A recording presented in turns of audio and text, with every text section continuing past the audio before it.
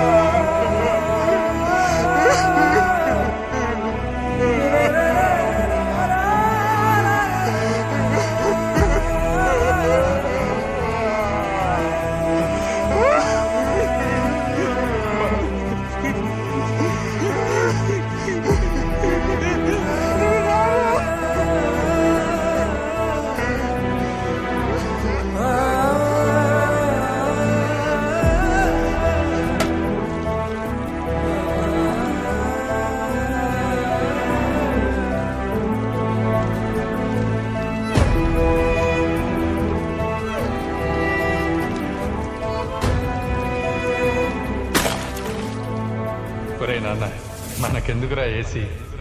ఊరుకోండి నాన్న, ఈసారి అండ్లెక్క వంట. ఆ వేడి మీరు తట్టుకోలేరు.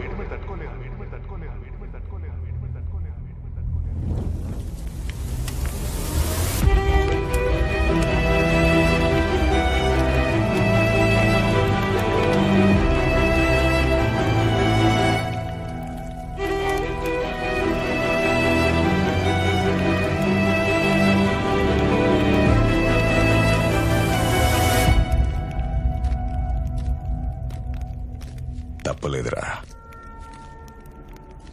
కాన్బర్ట్ సిచ్యువేషన్ లో ఈ కేసులో నేనే నిన్ను ఇరికించాను.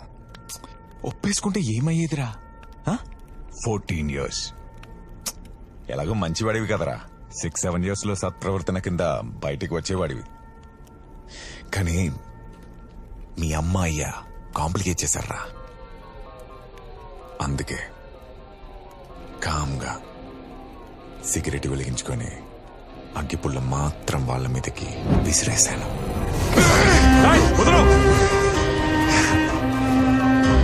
అప్పుడు బ్రతికేస్తారేమో అని చిన్న డౌట్ వచ్చిందిరా. మళ్ళీ ఇంకో సిగరెట్, ఇంకో అగ్గిపుల్ల.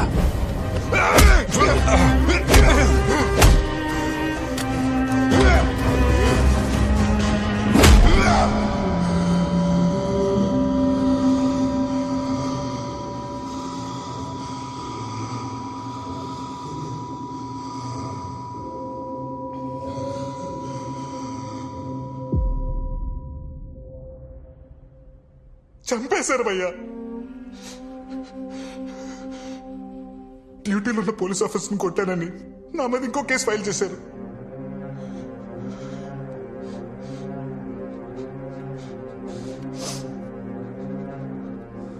మరి ఈ విషయం కోర్టుకు చెప్పాల్సింది కదా భయ్యా. వాడే చెప్పాడని ప్రూవ్ చేయాలంటే నేను కోర్టుకు వెళ్ళాలి. అదే వాడినే చంపాలంటే ఈ జైలు దాటితే చాలనిపించింది.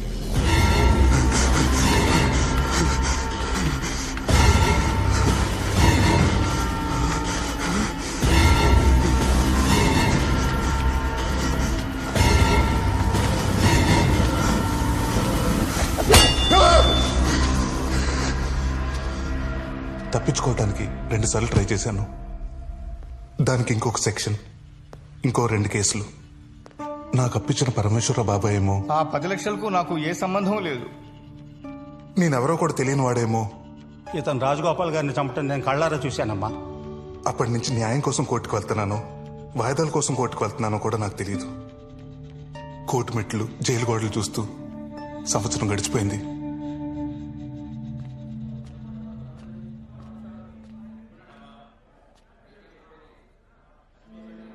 నేను కలవడానికి మీనాక్షి వాళ్ళ నాన్నగారు వచ్చారు. రండి అంకుల్.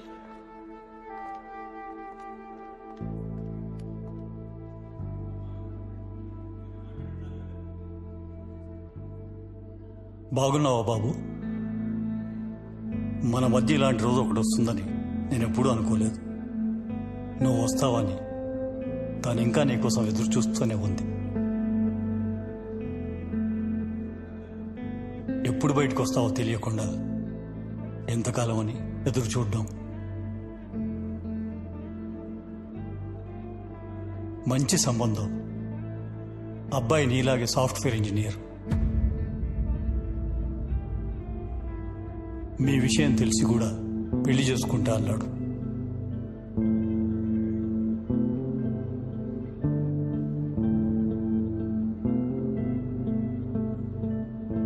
నిజమే మీనాక్షి, నేను ఎప్పుడు వస్తానో తెలియదు. అసలు వస్తానా రానో కూడా తెలియదు. వచ్చిన జాబ్ నుంచి ఇంటికి రావడానికి, జైలు నుంచి ఇంటికి రావడానికి చాలా తేడా ఉంది. నన్ను ప్రేమించినందుకు నీకు శిక్ష పడకూడదు. Advance happy married life Meenakshi.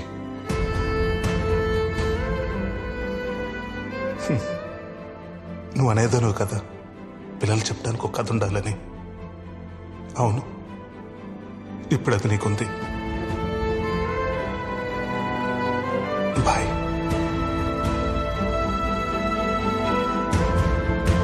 ఉంటాం బాబు.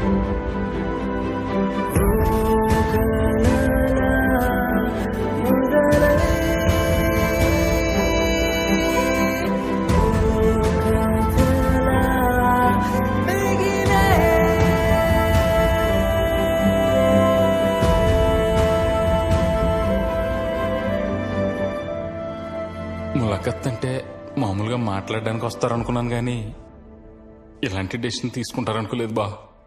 నువ్వేం డిసిషన్ తీసుకున్నావురా? నేనేం డెసిషన్ తీసుకుంటాను?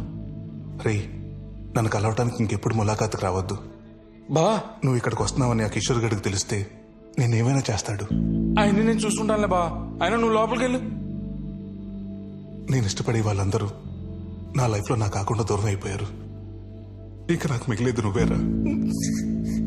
ఈ కేసుల నుండి బయటకు వస్తే నన్ను తీసుకెళ్ళటాను కరా. ఇక్కడే పోతే బా నా శవాన్ని తీసుకెళ్ళటాను కరా. నన్ను రావుతానురా రే బా. నేను చూడకుండా నేను ఉండలేను రా రే బా. చిన్నప్పటి నుంచి నేను వదిలి ఎప్పుడూ లేనురా బా. నా వల్ల కాదురా బా. నన్ను అర్థం చేస్తారా ప్లీజ్ రా బా.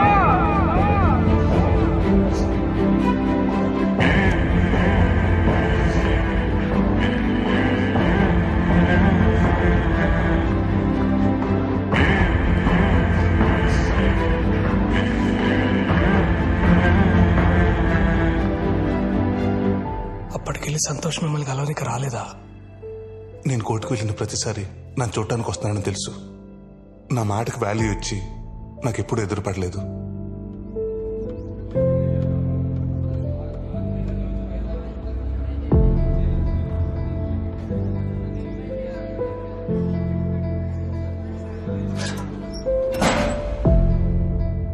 ఆ తర్వాత మీడియా నా గురించి రాయటం మానేసి, జనాలు నా గురించి మాట్లాడుకోవడం మానేసి, ఆయన నన్ను పలకరించడం మానేసి 5 ఏళ్ళైంది.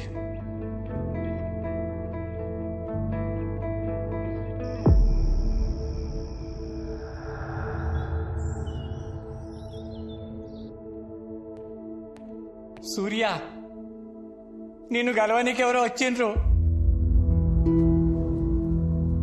ఏంది ఆలోచిస్తున్నావు? నిన్నెవ్వరు గెలవక 4 ఏళ్ళాయి. పోయి గెలవరాదు.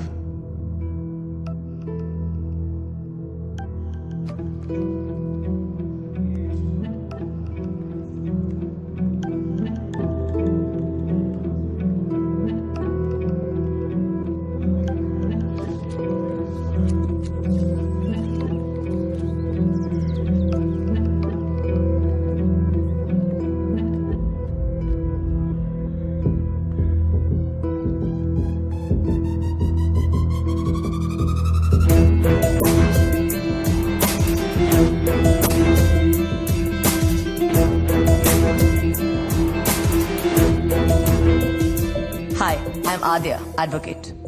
ఒక 6 months నుంచి మీ కేసు స్టడీ చేస్తున్నాను. మీ బెయిల్ గురించి మాట్లాడడానికి వచ్చాను.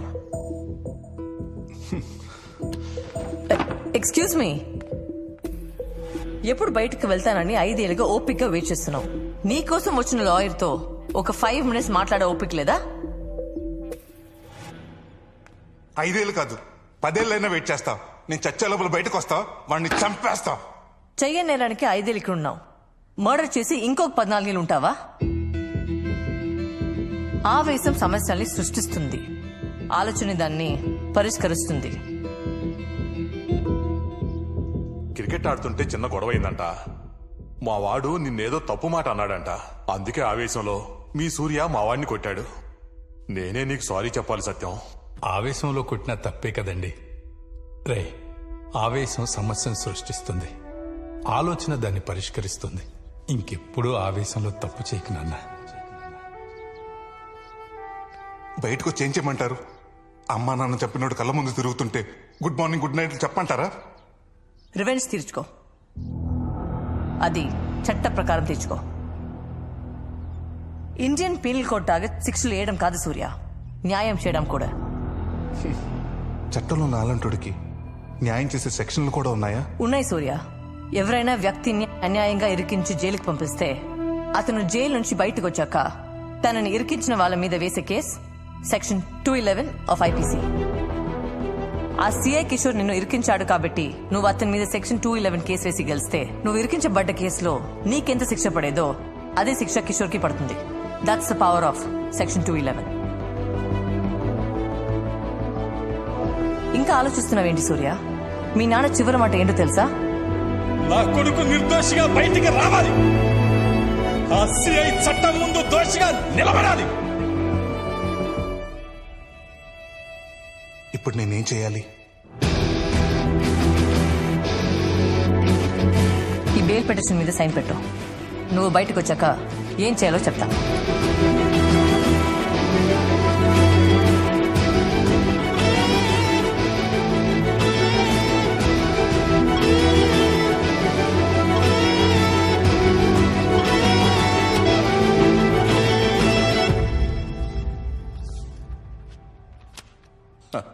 మొత్తానికి సూర్యకి బెయిల్ తీసుకొచ్చావు.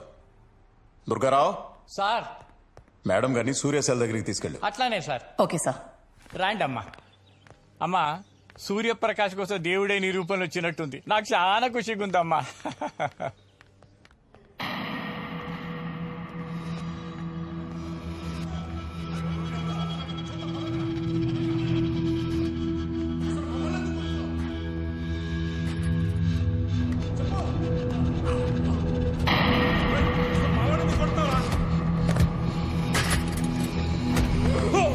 అసలు మేమేం చేసామని మమ్మల్ని కొడుతున్నావు?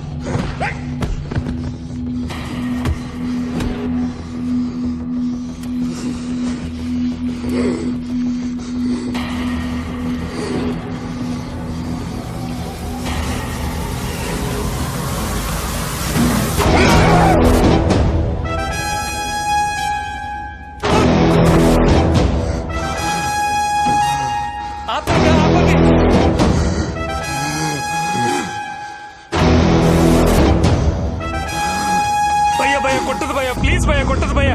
5 ఏళ్ల తర్వాత బయటకు వెళ్తారు, మీరు కొడితే ఇప్పుడు బెయిల్ క్యాన్సిల్ అవుతుంది భయ్యా. నా మాట ఇరువురు భయ్యా, ప్లీజ్ భయ్యా.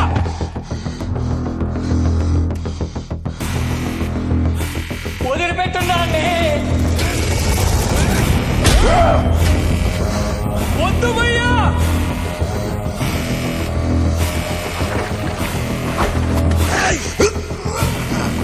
కొట్టగండ్రా.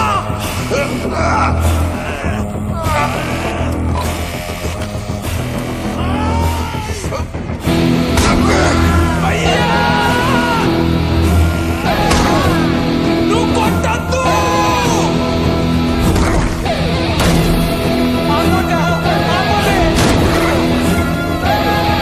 ప్లీజ్ భయ్యా.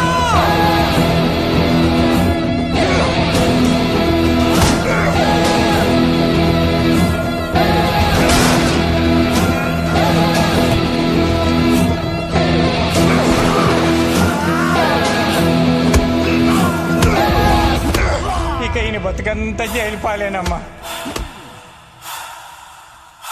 నాకు కావాల్సింది కూడా అదే కదా.